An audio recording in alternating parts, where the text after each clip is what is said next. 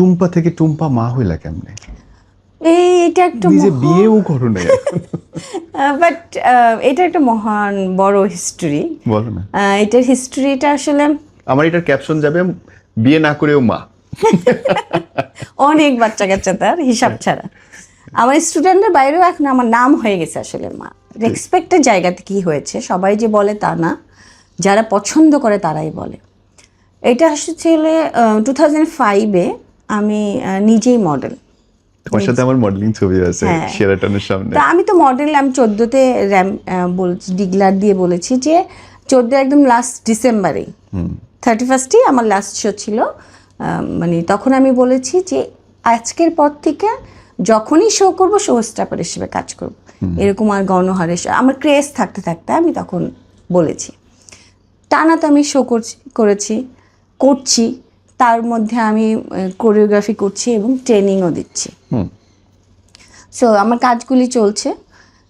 5-এ যে আমাকে আমাদেরই এক মডেল, আমার সমবয়সী হবে বা আমার বড় হবে বা আমার ছোট হবে, সমবয়সীর মতোই হবে। ও একদিন আমার পাশে এসে বলল কি, আচ্ছা আপু আমি তো তোমার পাশে বসি। আমি বলছি হ্যাঁ। বসে আমাকে বলল যে আপু আমি তোমাকে একটা কথা বলি। আমি বলছি হ্যাঁ। বলে আচ্ছা আমি তো যে তোমাকে মা ডাকি, তুমি মাইন্ড করবা? তবে আমি মুখের দিকে ঘুরে তাকালাম, তাকিয়ে বললাম কেন? বলে আপু আমি যতদিন ধরে মডেলিং করছি আমি তোমার মতো মানুষ আমি আমার পাইনি। টেক কেয়ার করা, সুন্দর বিহেভ করা, ভালোবাসা দিয়ে, এবং তুমি সবার থেকে ডিফারেন্ট। আমার না মন থেকে তোমাকে ভালোবেসে মা ডাকতে ইচ্ছা করছে। ওইটাই জানি। তারপর তো আমার ওয়ার্কশপ থেকে তোমার সাথে আমি যতদিন কাজ করছি তুমি প্রতিবার খাওয়ার আগে জিজ্ঞেস করছো ভাইয়া খাইছো তুমি? যত ঝড় বৃষ্টি থাক, তুমি কোনো একটা জায়গায় যাওয়ার আগে আমরা জিজ্ঞেস করছো তুমি ঠিক আছো, যাবা, চলো। যে কোনো পরিস্থিতিতে লাস্ট ভরসা তুমি থাকো। আমি আটকায় গেছি, একটা ইভেন্ট আটকায় গেছে, তুমি একটু উঠাই দাও না। মানে এই যে একটা অদ্ভুত ভরসার জায়গা, তুমি জানো। তোমাকে কখনোই এই কথাগুলো আমি সামনাসামনি বলি নাই। আমার আজকে আমার রাখতে পারলাম না, আই শুড সে ইট। তুমি অনেক জায়গায় অনেকভাবে সেভ করছো। একদম লাস্ট স্টেজে আমি স্টেজ কিছুতেই গুছাইতে পারতেছি না, তোমার বলছি আপা কিছু একটা দাও, তুমি একটা কিছু ঢুকাই দিছো। অনেক মানুষের তুমি এভাবে সেভ করছো, অনেক মানুষের তুমি করছো আপা। এটা ভালোবাসা থেকে করি। আমার কাছে মনে হয় না মানুষকে দিলে ফুরায় না, বরং বাড়ে। এটা আমার ফ্যামিলি থেকে শিক্ষা, আমার বাবার থেকে শিক্ষা। আর আমার কাছে মনে হয় যে ফ্যামিলি না অনেক বড় একটা জায়গা। তুমি যখন ফ্যামিলি থেকে কিছু একটা দেখবা ছোটবেলা থেকে, তখন না ওইটাই তোমার মধ্যে থেকে যাবে, রক্ত। এটা আমি বিলিভ করি। তোমার বাবা? আমার বাবা মা তো অনেক ছোটবেলায় মারা গেছে। কত বছর বয়স? আমার তখন আমি প্রাইমারি স্কুলেই পড়ি, 94, 95। তো বাবাকে আমি বেশি দিন পাইনি, তখন 12, আর আম্মু মারা গেছে 13, এরকম। তারপর সংসারে হাল ধরলো। বড় ভাইয়া আব্বু সরকারি জব করতেন, সেই সুবাদে বাবার একটা পেনশনে টাকা পেত। আর আমার বাবার যেহেতু নিজের বাড়ি, ওইটাতে আমরা থাকতাম। তখন কোনো ভাই বোন স্টাবলিশ না, সবাই ছোট ছোট। আমরা তো একদম ছোট, আমি আর রনি, আর বাকিরা তো ছোটই। আমার একটা বোনের বিয়ে হয়েছে, আব্বু শুধু একটা বোনের বিয়ে দেখে গেছে, আব্বু আম্মু, আর তার একটা বাচ্চা হয়েছিল। আর সবাই আনমেরিড ছিল। তো ভাইয়া তখন ফ্যামিলির ইটা ধরে, ভাইয়াই সবাইকে টেক কেয়ার করে। তখন বড় বোন বিদেশে যায়, সেজু ভাইয়া বিদেশ যায়। এইভাবে আস্তে আস্তে আস্তে আস্তে আমাদের যে বাড়িটা, আগে তো সবাই গার্ডেন ভিলা বলতো, খুব গাছ ছিল। আম্মু গাছ লাগাতে খুব পছন্দ করতো। পেয়ারা গাছ ছিল 3টা, আম গাছ ছিল, চালতা গাছ ছিল, বড়ই গাছ ছিল। মানে খুব সুন্দর। হাঁস মুরগি পালতো। তারপর ওগুলি কেটে চারোপাশে বাসা তুলে। মিস করো? মিস তো করি। বাবা কি নামে ডাকতো তোমাকে? মা। এই জন্য মনে হয় আসলে সবাই আমাকে মা ডাকে। এই যে জার্নি আপা, ধরো মিডিয়াতে এবং স্পেশালি র্যাম্পেতে সবচেয়ে সুন্দর মেয়েগুলো কাজ করে জেনারেলি। হ্যাঁ সেখানে থেকে তো অনেক কিছু হয়। সবচেয়ে বড় কথা, সবাই 3-4টা করে বিয়ে করতে পারে। তুমি একটা বিয়ে এখন পর্যন্ত করতে পারলো না। এইটা না আমি বিলিভ করি নীরব, যে অনেকে 3টাও বিয়ে হচ্ছে, অনেকে 4টাও বিয়ে হচ্ছে, কিন্তু বারে বারে তো আমরাই দাওয়াত খেতে যাচ্ছি, হ্যাঁ, একসাথে যাচ্ছি। হ্যাঁ, এইটা না আসলে আমি মনে করি এটা উপর আল্লাহর একটা ইচ্ছা, ইশারা। ইশারা। আল্লাহ যদি চায় সব হয়, এইটা আমি বিলিভ করি অন্ধের মতো। কারণ আমি কখনো তো মডেল হইতেই চাইনি, সেখান থেকে মডেল আমি। হ্যাঁ, এবং মডেলিংয়ে এসে আমার জায়গাটা এত ভালো লেগেছে কাজ করতে, মানে আমার কাজটা র্যাম্প করতে, ফ্যাশন ওয়ার্ল্ডে কাজ করতে আমার খুবই ভালো লেগেছে। যে এটা আমার মনে হয় কি, তখন মনে হচ্ছে যে এটা আমার জন্যই মনে হয় তৈরি হয়েছে। আমাকে যদি বলো পরের জন্মে তুমি আবার কি হবে, আমি র্যাম্প মডেলই হব। সেম হিয়ার, আমি এই পেশায় থাকতে চাই। আমার এত পছন্দ। তো আমি মনে করি যারা আসলে এই যে নেগেটিভ নিয়ে পড়ে থাকে, যারা আসলে মানুষকে নিয়ে কথা বলে, এইটা না কোনো ভিত্তি নাই। তুমি একবার চিন্তা করো, আল্লাহর চাইতে তো বড় কিছু নাই। তোমার একদিন মরতে হবে, তুমি মরবা, এরকম চিরন্তন সত্যি কথা। পৃথিবীতে জন্মাইছো মানে তুমি মারা যাবা, এইটার বিপরীতে তোমার কিছু নাই। মরতে হবে। তুমি যে এই যে টাকা পয়সা, ধন দৌলত, পজিশন নেওয়ার জন্য মানুষের সাথে এত নেগেটিভ করো, এগুলো তো কিচ্ছু যাবে না। তোমার কি একটু ভয় লাগে না? এটা কি মানুষের বিবেক কাজ করে না? মানুষ তখন বুঝে না যে আসলে এই যে এত কিছু আমরা করতেছি একটা এই দুনিয়াতে বেঁচে থাকার জন্য, এইগুলো তো নিয়ে আমি যাব না। যা থাকবে এটা কি, ভালো বিহেভ, ভালো কর্ম, তুমি যে গুণগুলি করে গেছো, যা দিয়ে গেছো, সেটাই থাকবে। আপা, এই বলছিলে যে মডেলিং আসতেই চাও না, তাহলে ঢুকলাটা কেমনে? আমি তো আসলে মডেলিং সম্বন্ধে কিছুই বুঝতাম না। এটা আমার ধ্যান ধারণার বাইরে। তখন তো আসলে টিভিতে ফ্যাশন শো দেখাতো না, একটা এফটিভি একটা কিছুদিন ছিল, ওইটা আসলে আমাদের সময় আমরা তেমন একটা পাইনি, পাইলো তখন নেটে কিভাবে জানি ওইটা দেখা হয়তো, রাইট? আমাদের সময় তো বিটিভি ছিল, যখন আমি মিডিয়ায় কাজ শুরু করি। বিটিভি, এটিএন আর চ্যানেল আই আসছে। আমি যেই বছর আসছি, সেই বছর প্রথম আলো আমার মানে জানা মতে 98-এ, আমি 98-এ শুরু। তখন আমি শুনেছি পত্রিকা, আবার চ্যানেল আই, এদের নাম যদি আমি ভুল না করি।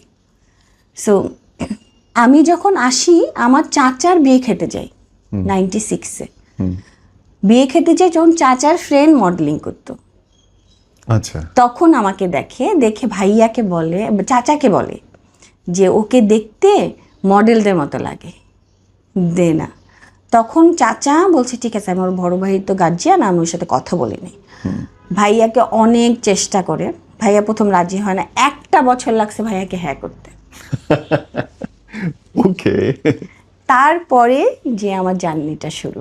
এবং যেদিন আমি ফার্স্ট যাই, সেদিন আমার হাতে টাকা দিয়ে বলছে, এই যে তোমাকে আমি টাকাটা দিচ্ছি, এমন কিছু করো না জানি তোমার জন্য আমাদের মাথা নত হয়ে যায়, এমন কিছু করো যেন আমরা গর্ব করতে পারি। মাশাআল্লাহ, ইউ ডিড ইট। আপা, দেশে বিদেশে বহু দেশে তুমি শো করছো, বাংলাদেশের প্রতিনিধিত্ব করছো, বাংলা পোশাককে তুলে ধরছো। চ্যালেঞ্জিং জায়গাগুলো বলো না, অমুক দেশ, অমুক জায়গা, অমুক মানুষদের সাথে কাজ করে আমার ভালো লাগছে। আমরা তো একবার জাপানে গেছি একসাথে, ওইটা তো চ্যালেঞ্জিং কি অনেক ইন্টারেস্টিং, সেটা তুমিও জানো, আমিও জানি। পুরো প্লেন ভাড়া করে গেছিলাম। ওইটা ছিল, আমরা 5 দিনে জানি না, বাট ইন্টারেস্টেড না, নাইস। মানে তুমি আমাকে ফোন দিলা, 2 দিনের মাথায় আমরা সব জোগাড় গুছাই ফেললাম। এক রাতে গুছায় পরের দিন আমি সবাইকে করে, মানে আমি তোমার ভরসায় কিন্তু সব করেছি, কি আছে না আছে আমি জানি। আমি অনেক কাম তোমার ভরসায় করি যে তুমি উঠাই তো দিবাই, কত সুন্দরী প্রতিযোগিতা উঠাই দিলা। তো এইটা আমার জন্য একটা ছিল চ্যালেঞ্জিং। আর ফার্স্ট যখন আমি দেশের বাইরে যাই, তখন আমি ইন্ডিয়াতে যাই রানী মুখার্জির নানির স্কুলে নাচতে। আরে বাপরে, হ্যাঁ, নাচতে? হ্যাঁ। তুমি নাচতে পারো? এটা তো আমি জানতাম না। আমি আসলে আমি মডেলিং করার পরে আমাদের একটা বাবু ভাই নামে একটা জি কোরিওগ্রাফার আছে। হ্যাঁ হ্যাঁ তো বাবু ভাইয়ের সাথে লুনা নাচতো। হ্যাঁ লুনাপা। হ্যাঁ হ্যাঁ তখন আমি রিনি বৃষ্টি আমরা তখন এক সার্কেল ছিলাম তো জি। তো আমরা ওই মজা করে নাচতাম, ফোক নাচতাম। হ্যাঁ মানে আমরা যে প্রফেশনাল নাচতাম তা না, ফোক নাচতাম। তো 2002-তে একটা নাচের জন্য কলকাতায় যাবে ওরা, রানী মুখার্জির রানী স্কুলে নাচতে। তো আমাকে নিয়ে গেছে, আমাকে সাজাইছে বউ, বউ সাজাইছে। আমার কাজটা হচ্ছে আমি কিছু শর্টের মাঝখানে আমাকে আনবে, বউ সাজাবে, ওইরকম। তো ওইটা করার পরে, শেষ করার পরে দেবশ্রী রায় আর একটা অ্যাক্ট্রেস ছিল, নাম ভুলে গেছি, খুব নাম করা, বল প্রসেনজিৎ। ওকে। এই দুজন আমাকে দেখে বলছে যে রানী মুখার্জি খালা তো দেবশ্রী রায়। হ্যাঁ আল্লাহ মেয়েটা কি খুব প্রিটি, একে আমরা রেখে দিই। আমি তো তখন বুঝি কম, আমি যে কান্না শুরু করেছি যে আমাকে রেখে দিবে, আমি তো থাকবো না, এই যে কান্না শুরু করলাম। পরের দিন আমাদের নিয়ে গেছে রানী মুখার্জি নানির বাসায় দাবাত দুপুরে, তারপরে খেলাম, খেয়ে পরে বুঝছি যে এটা আসলে ওনারা মজা করেছে, আমাকে রেখে যাবে না। আমি ফার্স্ট রেখে দিবে। হ্যাঁ, এবং আমরা শপিং এ গেলাম, জি। আমি ছিলাম, সাবা ছিল, আরো অনেকে ছিল, আমার নাম ভুলে গেছি। তো তখন আমি রাস্তা দিয়ে হাঁটছিলাম, তখন বলছে দেখো দেখো মালাইকা যা, আগে সবাই আমাকে মালাইকা ডাকতো। আচ্ছা তো ওইটা না আমি খুব রিয়্যাক্ট করতাম, কারণ আমি না তখন বুঝতাম কম, বয়স, আমি আসলে মিডিয়াতেই বড় হয়েছি। হ্যাঁ যাই বলো না কেন আমার বড়টাই মিডিয়াতে, ভালো মন্দ শেখা সব কিছুই। ওকে। আমি কিন্তু মানে খুব যে একটা এইজ আমি মডেলিং শুরু করি তা না, একদম ছোট।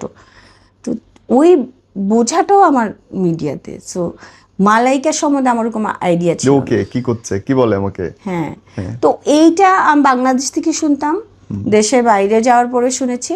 এখন মালাইকা কি বুঝি, বাট তখন খুব রেগে যেতাম, রিয়াক্ট করতাম, কেন মালাইকা বলে আমাকে। I know and I can visualize. হ্যাঁ ব্যাপারটা কি মানে অনেক মেমোরি আছে, অনেক ভালো সময় কেটেছে। তারপরে অনেক বিউটি কন্টেস্ট করেছি, অনেক শো করেছি। তবে আমি কলকাতায় শো করে অনেক মানে পেয়েছি, ওরা আমার কাজটাকে খুব পছন্দ করে। আমার যখন কেরিয়ার 18 বছর কেরিয়ারের, তখন কলকাতা থেকে আমাকে ফোন দেয়, আমার ইন্টারভিউ করে, এবং আমার ইন্টারভিউতে সফল নারী হিসেবে আমার কাভারেজ দেয়, এবং নারী ম্যাগাজিনে, এবং আমাকে নিয়ে ওরা একটা লেখে, আর্টিকেল করে দেয়। হ্যাঁ আর্টিকেল করে। আপা ধরো কত মানুষ, যদি আমি সংখ্যায় গোনার চেষ্টা করি, তোমার হাত দিয়ে তুমি শিখায় বার করছো, বলতে পারবা? যারা সেলিব্রিটি আছে ওদের কথা মনে আছে, আর যারা র্যাম্প করে ওদের কথা মনে আছে। সংখ্যাগুলো কত? সংখ্যা বলতে পারবো না, অনেক অনেক হিসাব ছাড়া। মানে এত তৈরি হয়েছে আমার হাত থেকে, কে কাজ না করছে। লাক্স বাদ দিয়ে, লাক্সের কথা বাদই দিলাম, আমি ফার্স্ট লাক্স করি হচ্ছে তানিয়াপুর অ্যাসিস্ট হিসেবে, ওপি আপুদের সময় তানিয়াপুর অ্যাসিস্ট হিসেবে। আমি ছোট, আমি হাঁটা শিখাইতে যেতাম, আমার এখনো মনে আছে। ওপি করিমদের সময়? হ্যাঁ হ্যাঁ, ওপি আপুদের সময় আমি হাঁটা শিখাইতে যেতাম তানিয়াপুর অ্যাসিস্ট হিসেবে। আরে বাপরে। সো ওই সময়ে আমি ছোট, আমার মনে আছে আমি স্কার্ট পরতাম বা যেতাম ক্লাসে, একটু হাঁটা শিখে চলে আসতাম। তখন তো আর রেখে হতো না, তখন ফটোজেনিক ছিল। হ্যাঁ, তারপরে যে ড্যান্ডি ফটো সুন্দরী হয়েছিল তানিয়াপুর, ওইটারও অ্যাসিস্ট ছিলাম আমি। তারপর লুনার অনেক শোতে অ্যাসিস্ট ছিলাম, সুমনের অ্যাসিস্ট হিসেবে অনেক কাজ করেছি, তোপাপুর অ্যাসিস্ট্যান্ট হিসেবে কাজ করেছি। নিজে প্রথম শুরু করলে কোনটা দিয়ে? নিজে প্রথম শুরু করি, সেটাও একটা মহা স্টোরি। আমি তো কোরিওগ্রাফার তখন হতে চাই নাই। আচ্ছা, আমার 2005 কোরিওগ্রাফার হিসেবে আমি যখন কাজ শুরু করি, 2005 আজরার একটা ফ্যাশন শো, আজরা ওইটার সব কিছু করছে। তো আমাদের আরেকটা কোরিওগ্রাফারের কাজ করার কথা ছিল, তখন ও সামহাও ওর বিদেশে যেতে হবে, ওই দিনই ওর ফ্লাইট, তো চলে গেছে। তো আজরা আমাকে রাতেবেলা ফোন দিছে, ফোন দিয়ে বলছে কালকে আমার একটা শো আছে, একটু কোরিওগ্রাফি করে দিলাম। আমি জীবনে কোরিওগ্রাফি করি নাই। তা বলতেছে না পারবি, আয় না প্লিজ। তা আমি আচ্ছা ঠিক আছে। তা আমি আসছি, সব মডেলদের লিস্ট গুছাই টুছাই দিচ্ছে, ডিজাইনার কারা সব বলছে। তা আমি কোরিওগ্রাফি করেছি। করার পরে বলি কি আল্লাহ তুই তো অনেক ভালো কোরিওগ্রাফি করস, কোরিওগ্রাফি করা শুরু করে দে। তো আমি বললাম যে কোরিওগ্রাফি আমি আসলে আজরার উৎসাহতে করেছি আর্লি। আমি চেয়েছিলাম যে আমি যখন র্যাম্প ছেড়ে দিব তখন কোরিওগ্রাফার হব, আমি আমার জায়গাটাকে এনজয় করবো। এমনিতে অ্যাসিস্ট্যান্ট হিসেবে সবার কাজ করেছি।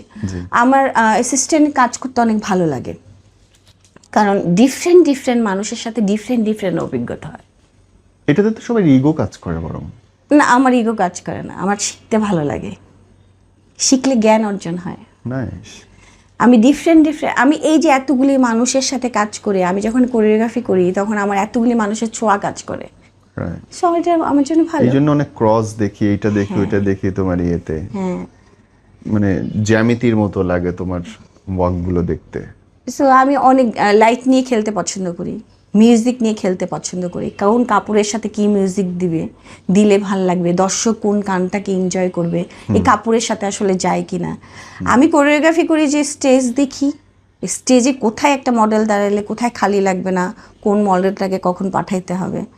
কোরিওগ্রাফি মানে মিনিংসটা মানুষ মনে করে কি সোজা হেঁটে যাও চলে আসে, নো, এটাটাও একটা আর্ট, এটারও একটা মানে আর্টের মধ্যে কথা আছে, একটা ভাষা আছে যে কোন কাপড়টার পরে কি পাঠানো উচিত, কোন মডেলটা এই কাপড়টা ক্যারি করতে পারবে, কার সাথে কোন মেকআপটা যাবে, সব কিছু মিলে। বাবা বোন, ধরো এত স্টুডেন্ট তোমার, এত কিছু, কিন্তু শুধু আমাদের ইন্ডাস্ট্রি বলেই বলছি না, সব ইন্ডাস্ট্রিতে র্যাম্প মডেলটা অনেক বেশি আলোচিত এবং সমালোচিত। এটা কেন বলো তো? এইটা কিছু মানুষের জন্য সোশ্যাল মিডিয়া আসার পরে। আচ্ছা, আমাদের র্যাম্প মডেলরা না খুব একটা, মানে আমি বলি অনেস্টলির সাথে, র্যাম্প মডেল অনেক ভালো হয়, বেশিরভাগই জি ভালো হয়, কারণ ওরা ওদের কাজ করে, ওরা যা করে ওপেন করে, জি গোপন কম। জি। সো ওরা যে ওপেন করে ড্যাম কেয়ারের মতো, দ্যাটস ওয়াই অনেকে হয়তো বা সমালোচনা করে। কিন্তু এখন যেটা হচ্ছে সোশ্যাল মিডিয়ার কারণে মিস ইউজ হচ্ছে। কিরকম মিস ইউজটা? যেটা না, মানে ধরো যারা মডেলও না, মডেলের তকমা দিচ্ছে সবাই। ট্রু, একদম ট্রু। তুমি বস্তি বস্তি সবাই এখন আমরা মডেল। হ্যাঁ, তুমি দেখো আগের একটা মডেল ক্লাসি এখনো খুঁজে পারবা? আমি তো মৌ আপার কোনো অল্টারনেটিভ বাংলাদেশে পর্যন্ত পাই নাই, তানিয়া আপার কোনো অল্টারনেটিভ বাংলাদেশে পাই নাই এখন পর্যন্ত, হয় নাই। সো কেন মানুষ এই সোশ্যাল মিডিয়ার কারণে এই যে ভুল জায়গায় যায়? তুমি দেখবে অনেক শোতে আমরা সব শো যে ক্লাসে হয় তা না, আমরা কিন্তু আমতলা বটতলাও সেদিন শো করে আসছি দুই ভাই বোন, কত কাজে যাই। এরা যদি মডেল হয়, মডেলের তকমাটাই তো ভুল হয়ে যাবে। এরা না জানলে কিছু, এরা না শিখে কিছু, এদের আগ্রহ কম, এরা কিছু ফেক সোশ্যাল মিডিয়া জিনিস দেখে মনে করে এটাই মডেল। কিন্তু তোমাদের তো কোনো অর্গানাইজেশনও নাই, তোমরা যে বলবা যে আমার অর্গানাইজেশনের পার্ট হলে তুমি নিজেকে মডেল দাবি করতে পারবা, সেরকমও তো কিছু নেই তোমাদের। তোমরা 10 জন সিনিয়র সিদ্ধান্ত নিলেই তো হয়ে যায়। নো, এটা ধারণা ভুল। এখন হচ্ছে যারা স্পন্সর এনে দেয় তারা কোরিওগ্রাফার, ডিফারেন্ট ওয়ে হয়ে গেছে। এবং এটা করেছেও কিছু মানুষ, দ্যাটস ওয়াই জিনিস তারাই তো কাজ করতে পারে। এখন আমাদের সময়কার আমরা, এখনও আমি বা আজরা বলবো আরও কয়েকজন মিলে, আমরা কিন্তু আমাদের হায়ার করে কোরিওগ্রাফার হিসেবে, তা আমরা একটা শো করি, কিন্তু আমরা কখনো স্পন্সর নিয়ে শো করি না যে আমি স্পন্সর দিব, আমাকে শোটা দেন। তা কেন হবে?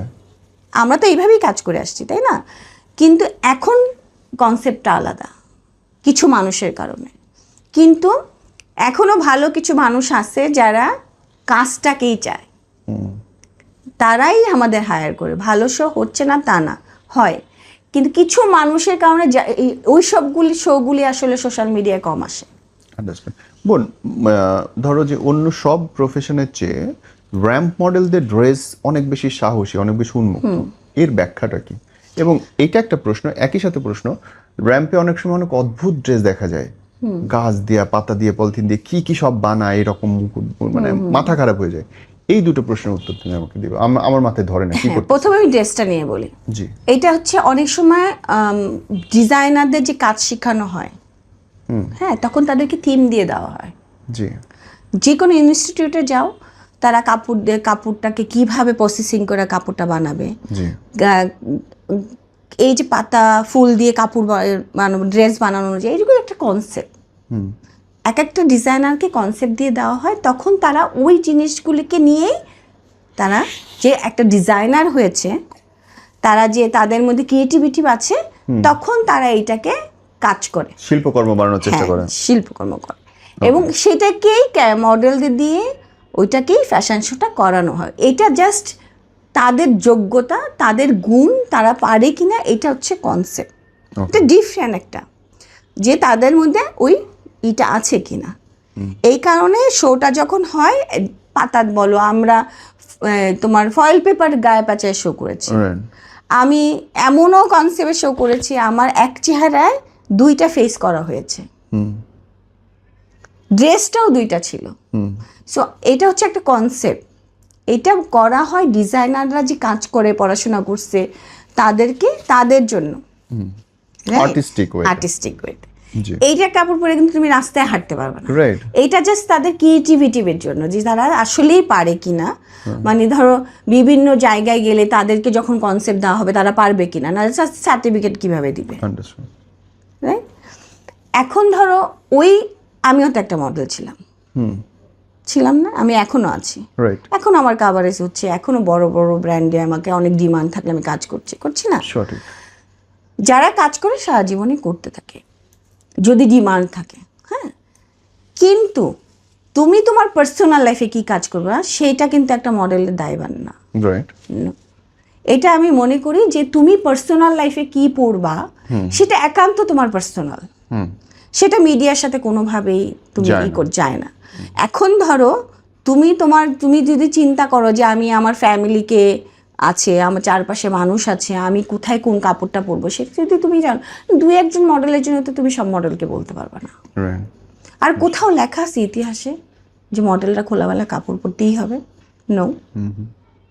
তার মানে এটা হচ্ছে ব্যক্তি দায়। ব্যক্তি দেয়। আন্ডারস্ট্যান্ড। আবার এই অভিযোগও তো করে আপা যে যারা মডেলিং করে তারা অনেক বেশি নেশায় জড়িয়ে যায়, এটা কি খণ্ডনযোগ্য নাকি এটা সত্যি? এটা আসলে কিছু মানুষ, এখন ধরো ফ্যাশন মুভিটা দেখে মানুষের শিক্ষা নেওয়া উচিত। অবশ্যই অবশ্যই, তাই না? ওইখানে কিন্তু পরিণতি কত ভয়াবহ হয়, ওখানে কিন্তু শিক্ষার জন্য তোমাকে মেসেজ দিছে, রাইট। তুমি মেসেজটা নাও। তুমি একটা মুভি কেন দেখি আমরা? মেসেজ নেওয়ার জন্য। রাইট। হয় বিনোদন, এন্টারটেইনমেন্ট এন্ড এডুকেশন, হ্যাঁ, দুইটাই হয়, বিনোদন নাইলে শিক্ষা। শিক্ষা যে কোনো হাসির মুভিও হয়, হাসির মুভির মধ্যেও একটা শিক্ষা আছে, অবশ্যই সব কিছুর মধ্যে একটা পজিটিভ নিউজ থাকে, তোমরা সেটা নাও না, এবং শেষে গিয়ে ইতিবাচকটাই জয় হয়, হ্যাঁ, ভিলেনটা হেরেই যায়। সো তোমার তো আসলে জানতে হবে তুমি তোমার পার্সোনাল লাইফ কি মিলাইতে পারো না। এখন ধরো এই যে কনসেপ্ট শুরু হয়েছে, ভুল কনসেপ্ট যে সবাই মডেল হতে পারে না। ক্লাসি এই যে মডেল তুমি দেখতেছো, এরা তো ক্লাসি জায়গায় কাজ করতে পারবে না, পারবে না। না, কে তাকে ভাড়া করবে নিজের ছবি তোলার জন্য? হ্যাঁ, ভালো শো কিন্তু হয়, কিন্তু ওটা দেখে কে? ইনভাইটেশন কিছু গেস্টই থাকে। আগে শো দেখতো কারা? শোর গেস্ট ছিল কারা আমাকে বলো? পশ মানুষজন, একটা ডিজাইনার তার কাপড়টাকে যাদের কাছে বেচতে চায়, হ্যাঁ, লঞ্চিং করবে নতুন কালেকশন সে দেখাবে, তখন সে একটা শো করে বা আরও দুইটা ডিজাইনার নেয়, তখন শোটা করার পরে তারা একটা সিলেক্টেড লোকদের ইনভাইট করে। ওইখানে কিন্তু ফোন নিয়ে বা নিয়ে সারাক্ষণ ভিডিও করারই নেই, ওরা কালেকশন দেখতেই যায়।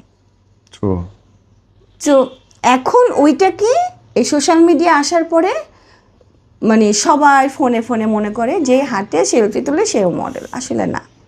বোন, এই ধরো মডেলিং এর মতো একটা রিস্কি পেশায় সামাজিকভাবে কি তোমাকে অনেক কথা শুনতে হয়? প্রচুর হয়েছে। কেমন? কালো নিয়ে কথা শুনতে হয়েছে, শুকনা নিয়ে কথা শুনতে হয়েছে, আমি মডেলিং করব আমাকে মেরে ফেলার হুমকি দিয়েছে। হ্যাঁ হ্যাঁ, সেটা আমি বুঝলামই না। ছোট, তখন আমার মোবাইল নাই, টিএনটি ফোন ছিল। তো কারা দিয়েছে আমি জানি না। আহ, তখন তিন্নি মারা যায়, তারপর পরে এই কাহিনী যে আমি প্রায় বাসায় ফোন দিত, বাসা থেকে বেরোলে মডেলিং করলে মেরে ফেলবে।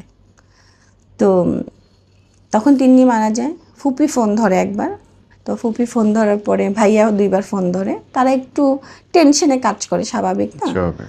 তো তখন যে আমি একদিন ফোন ধরি, ফোন ধরে বলছি ঠিক আছে আমি গেট খোলা রাখছি, আয় গুলি করে যা। আমার ফোন রেকর্ড হয়, যে ফোন দিবা তুমি কে আমি বের করে ফেলতে পারবো। তারপর আর ফোন আসে। বাবা। এবং এমনও হয়েছে যে আমার তো আসলে ভাই, মেজো ভাই বিদেশ থাকতো, জি। যে ভাইটা মারা গেছে 2 বছর হয়ে যাচ্ছে, ওই মেজো ভাই বেঁচে থাকতে মেজো ভাইকে ফোন করে করে বলতো যে তোমার বোন তো এক একদিন এক এক গাড়িতে আসে, তোমার বোন তো এক একদিন এক এক জায়গা থেকে রাতেবেলা আসে। তখন আমার মেজো ভাই অনেক সিনকেট আচ্ছা। করেছে। তো বাংলাদেশে এসে না তুমি মডেলিং করতে পারবে না, এটা সেটা এটা সেটা। তারপর আমি আমার জায়গাগুলিতে নিয়ে নিয়ে গেছি যে দেখো আমি কি করি, আমার সার্কেল দেখো। তারপরে এই যে ধরো আমি একটা এজেন্সি কাজ করি, এখন তোমার শুটিং করতেছি, রাত হইলে কি তুমি আমাকে নামাই দিবা না? অবশ্যই। দায়িত্ব। একটা টিভি চ্যানেলে কাজ করছি, রাত হলে কি চ্যানেলটা আমাকে নামাই দিচ্ছে না? দুটো গাড়ি তো হয়ে গেল হ্যাঁ। দুদিনে। তারপরে আমি এই যে টিভিসি করছি, টিভিসির ইভেন্ট থেকে আমাকে নামাই দিচ্ছে না? হ্যাঁ। তো এখন যখন একটা কাজ হয় তখন কিন্তু 200 মানুষ এখানে থাকে, লাইটিংয়ের লোক থাকে, সেটের লোক থাকে, যারা ফুড দেয় সেই লোক থাকে, ক্যামেরা থাকে, প্রোডাকশন হাউস থাকে, মেকআপ থাকে, ডিজাইনার থাকে, আর্টিস্ট থাকে, যারা টিভিসিটা বানায় তাদের টিম থাকে, প্রায় 200 মানুষ ছোট্ট একটা টিভিসির জন্য। একদম ট্রু। 200 মানুষ তো থাকেই। হ্যাঁ।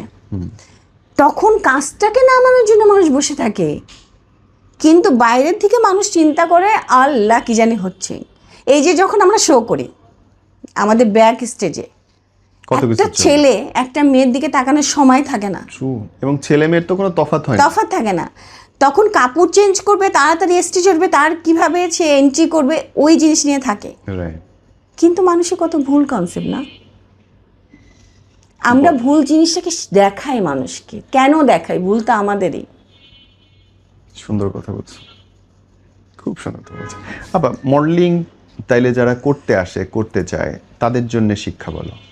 যারা মডেলিং করতে চায় তাদেরকে আমি বলবো, বাংলাদেশে আমরা যখন মডেল ছিলাম আমরা কিন্তু মানুষ চিনতে কষ্ট হতো। অল্প কিছুর অ্যাড ফার্ম ছিল, ইভেন্ট কোম্পানি ছিল, রাইট? তখন আমরা ঘুরে ফিরে এশিয়াটিক, ঘুরে ফিরে মাইন্ডসে আমরা আমাদের সিভি বানাতাম, জমা দিতাম। জমা দিলে তারা যখন শো হইতো, কোরিওগ্রাফার হায়ার হইতো, তখন অডিশনের জন্য ডিজাইনার, কোরিওগ্রাফার এবং ইভেন্ট কোম্পানি যারা কাজ করবে সবাই বসে থাকতো, আমরা অডিশন দিতে যেতাম। তখন অডিশনের পরে রিহার্সেল, মেজারমেন্ট, একদিন মেজারমেন্টের জন্য যাও, একদিন ড্রেস স্টাইলের জন্য যাও, 3-4 দিন তুমি রিহার্সেলের জন্য যাও। আগে তো আমি যখন শুরু করি তখন তো আসলে ছিল না, ইনস্টিটিউট ছিল না শেখানোর জন্য, তখন শোর পারপাসে শেখাতো। তখন 3 মাস 2 মাস রিহার্সেল হইতো, 1 মাস। ওইটা তো আস্তে আস্তে কমতে থাকলো। তারপর যেহেতু স্কুলটা হলো এক একজনের, তো পাপুর, আমার, পরে আজরা দিল, এখন সবাই দিচ্ছে। সো শিখে আসে এখন মানুষ। তখন তো আমরা ওই সময় শিখাতো শোর পারপাসে। এবং যারা মডেল হইতে সবাই পারতো না, তোমাকে অডিশন দিতে হবে, তোমাকে টিকতে হবে, তারপর তুমি মডেল হইতে পারবে। এবং আমরা পুতুলের মতো বসে থাকতাম, আমরা কখনো কথা বলতাম না যে আমি এই কাপড় পরবো না, আমাকে এই মেকআপ করবো না। আমাদের যা করতে বলতো ওরা আগে ওইটাকে একটা বানাতো, স্কেচ। হ্যাঁ, যে একটা বানিয়ে কার সাথে কোন ড্রেসটা যাবে, কার সাথে কোন মডেলটা, কি মেকআপ হবে, সব কিছু। এখন কি সেটা হয়? খুব কম শোতে হয় না তা না, বড় বড় শোগুলিতে হয়। কিন্তু এই যে পরিধি কিন্তু অনেক বাড়ছে, কাজ তো অনেক বাড়ছে, হ্যাঁ, কিন্তু কোয়ালিটি কমে গেছে, কারণ সবার হাতে হাতে মোবাইল। আমরা কখনো দেখেছি আমাদের সাংবাদিক ভাই বোনরা তো আমাদেরই ভাই বোন, রাইট, তাই না? তারা তো সবসময় ভালো জিনিসই লিখছে, সবসময় সবসময় ভালো জিনিস লিখছে। এখন কিছু মানুষ তো আর সাংবাদিক না, তারা যখন মানুষ যাচ্ছে ফোনটাকে এখানে ধরে তখন দেখতে কেমন লাগছে, বাজে লাগবে, বাজে লাগছে, অ্যাঙ্গেলটাই তো বাজে হয়ে যায়। অ্যাঙ্গেল বাজে করছে এবং সোশ্যাল মিডিয়া সেটা ছেড়ে দিচ্ছে, তখন মেয়েটাকে মানুষ গালি দিচ্ছে বা ছেলেটাকে মানুষ গালি দিচ্ছে। Right. এখন তুমি আমার ভাই, তুমি এসে বুবু বলে আমাকে হাক দিতে বলো, সেটা দূর থেকে যদি একটা মানুষ ভিডিও করে ছেড়ে দেয়, তখন যদি বলে দেখেন নীরব কি করতেছে একটা মেয়ের সাথে, ভিডিও সহ। এই যে ভুল কনসেপ্টগুলি যে আমরা মানুষকে দেখাই, এটা কি আসলে ভালো? না, এই কারণেই তো আমাদের সোশ্যাল মিডিয়ার কারণে, সোশ্যাল মিডিয়ার ইউজের উপর ডিপেন্ড করে। তুমি ভালো কাজ করলে ভালো জিনিস দেখাচ্ছ, আর যারা ভালো করছে না তারা দেখাচ্ছে সেটাকেই মানুষ লুফে নিচ্ছে, মনে করতেছে এটাই হচ্ছে, আসলে তো এটা হচ্ছে না। আমি তো পুরো ফ্যামিলিকে বলবো, যে কোন মানুষের, আমাদের তো আগে আন্টিরা বসে থাকতো, মডেলদের থেকে আন্টিরা বসে থাকতো, খানা খাওয়াই দিত আমাদের, কাপড়টাকে রেখে দিত, তাই না? আমার তো আব্বু ছিল না, কিন্তু প্রত্যেকটা আন্টির প্রিয় ছিলাম আমি, ফেভারিট, সবাই আদর করতো। মুনমুনাপুর আম্মু, তানিয়াপুর আম্মু খানা মাখায় খাওয়াই দিত। আমরা তানিয়াপুকে যে কী জ্বালাইছি, ফ্রিজে খাবার আন্টি রেখে দিত, রাতেবেলা আমরা সবাই রিহার্সেল শেষ করতাম, তানিয়াপুর বাসা থেকে যেতাম, রাতেবেলা ফ্রিজে সকালবেলা খানা নাই। আন্টি একটু বলতো তানিয়া তোর মেয়ে ছেলেবেলা তো আমরা খানা খেয়ে ফেলতেছে। মানে আমরা অনেক জ্বালাইছি তানিয়াপুকে, আমি ইনফ্যাক্ট আমি এখনও জ্বালাই। আমি তানিয়াপুর কাছে গেলে আমার পুরো ব্রেনটাকে খালি করে নিয়ে যাই। আপা আমরা শেষের কাছে, লাস্টলি তোমার কাছে আমার কোশ্চেন, যে একটা সম্পর্ক সুন্দর রাখার জন্য কি করা যায় বা তুমি কি করো? সম্পর্ক সুন্দর রাখতে হলে তোমার যদি তার সাথে সম্পর্ক রাখতে হয়, তাকে বুঝতে হবে এবং সব জিনিস চাপাই দিলে হবে না। তার যেমন তোমার যেমন নিজস্ব একটা লাইফ আছে, তারও নিজস্ব একটা লাইফ আছে, তার সবাইকে মূল্য দিতে হবে এবং তার জন্য তোমাকে স্যাক্রিফাইস করতে হবে, তোমারও তার জন্য স্যাক্রিফাইস করতে হবে। তার জায়গাটা তোমার বুঝতে হবে, তারও তোমার জায়গা বুঝতে হবে। সুন্দর কথা বলছো, চাপাই দিলে হয় না। হ্যাঁ, খুব সুন্দর। থ্যাংক ইউ আপা, good to talk to you, Allah bless you. আর তুমি সুস্থ থাকো, শত বছর শত শত আয়ু হও। আর আমি বলি তুমি সবসময় ভালো থাকো, মানুষের থেকে ভালো জিনিস বের করে নিয়ে আসো, ভালো কিছু দাও। কারণ আমরা যে নেগেটিভটা ছড়াচ্ছি, তুমি মরে গেলে তোমাকে যখন সার্চ দিবে, এটা মানুষ ভুলে যাচ্ছে। পেপার যেমন একটা ইতিহাস থেকে যায়, ইউটিউবে বা সোশ্যাল মিডিয়া এটা থেকে যাবে। এই যে মানুষ ভুল করে হোক, নিজের ভাইরাল করার জন্য হোক, যেই কোনো কিছু করার জন্য হোক, বাজে কিছু ছড়াচ্ছে, এটা যে ইতিহাসে থেকে যাচ্ছে, তাকে সার্চ দিলে নেগেটিভটা আগে আসতেছে, সেটা সে বুঝতেছে না। প্লিজ এটা বুঝো।